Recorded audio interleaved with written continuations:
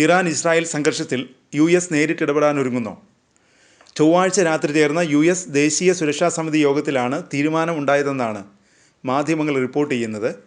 US കൂടുതൽ യുദ്ധവിമാനങ്ങൾ വിന്യസിക്കാൻ നീക്കം തുടങ്ങിയതായി വാർത്താ ഏജൻസി റോയിറ്റേഴ്സ് റിപ്പോർട്ട് ചെയ്തു. F-16, F-22, F-35 വിമാനങ്ങളാണ് US വിന്യസിക്കാൻ ഒരുങ്ങുന്നത് എന്നാണ് റിപ്പോർട്ടിൽ പറയുന്നത്.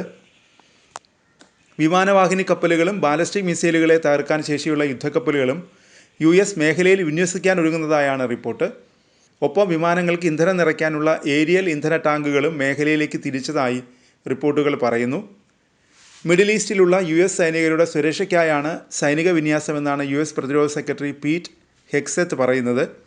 മിഡിൽ ഈസ്റ്റിൽ 40,000-ഓളം സൈനികരും യുദ്ധവിമാനങ്ങളും വ്യോമ പ്രതിരോധ സംവിധാനങ്ങളും USനുണ്ട്.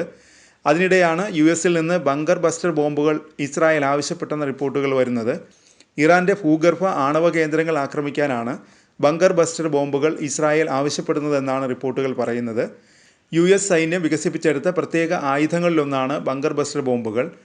GBU-57A-B എന്ന മാസീവ് ഓർഡിനൻസ് പെനട്രേറ്റർ US സൈന്യത്തിലെ ഏറ്റവും ശക്തമായ non nuclear bunker buster ബോംബാണ്.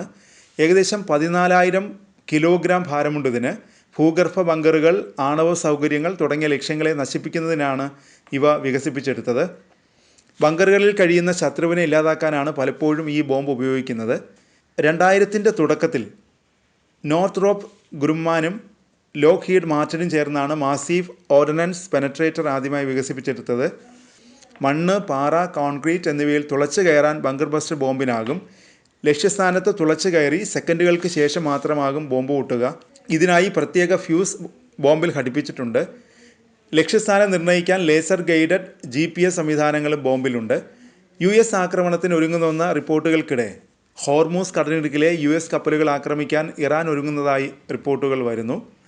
US കപ്പലുകൾക്ക് നേരെ മൈനുകൾ ഉപയോഗിച്ചേക്കാമെന്നും ന്യൂയോർക്ക് ടൈംസ് റിപ്പോർട്ട് ചെയ്യുന്നു. പശ്ചിമേഷ്യയിലെ മുഴുവൻ US താവളങ്ങളിലും കനത്ത ജാഗ്രത പാലിക്കാനും ഒരുങ്ങിയിരിക്കാനും നിർദ്ദേശം നൽകിയിട്ടുണ്ട്. 6-ാം ദിവസവും ഇറാൻ ഇസ്രായേൽ സംഘർഷം അതിരൂക്ഷമായി തുടരുന്നു. അടിച്ചും തിരിച്ചടിച്ചും ഇരു രാജ്യങ്ങളും മുന്നോട്ട് പോകുന്നു. ബുധനാഴ്ച പുലർച്ചെ ടെലവിവിൽ ഇറാൻ മിസൈൽ ആക്രമണം നടത്തി. ടെലവിവിലേക്ക് ഇറാൻ ഹൈപ്പർസോണിക് മിസൈൽ തൊടുത്തുവിട്ടു. ട്രംപ് ഇറാനോട് നിരുപാധികം കീഴടങ്ങണമെന്ന് ആവശ്യപ്പെട്ടിരുന്നു. ഇസ്രായേലിൻ്റെ ബോംബാക്രമണങ്ങളിൽ USന് ഒരു പങ്കുമില്ലെന്നും ട്രംപ് പറഞ്ഞു. ഒപ്പം തന്നെ ക്ഷമ നശിക്കുകയാണെന്നും ട്രംപ് വ്യക്തമാക്കി.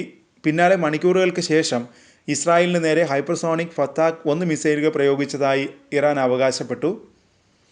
ഹൈപ്പർസോണിക് മിസൈൽ ഉപയോഗിച്ച വിവരം ഇറാൻ്റെ റവല്യൂഷണറി ഗാർഡ് കോർ അറിയിച്ചു. അതിനിടെ ശക്തമായ പ്രതികരണവുമായി ഇറാൻ്റെ പരമോന്നത നേതാവ് ആയത്തുള്ള അലി ഖമേനി എത്തി. ഒരു കരുണയും വേണ്ടെന്ന് ഖമേനി എക്സിലെ കുറിപ്പിൽ അറിയിച്ചു. പോരാട്ടം ആരംഭിക്കുകയാണ്. ഇസ്രായേൽ ഭരണകൂടത്തിന് ശക്തമായ മറുപടി നൽകണം, അദ്ദേഹം എക്സിലെ കുറിപ്പുകളിലൂടെ ആവശ്യപ്പെട്ടു.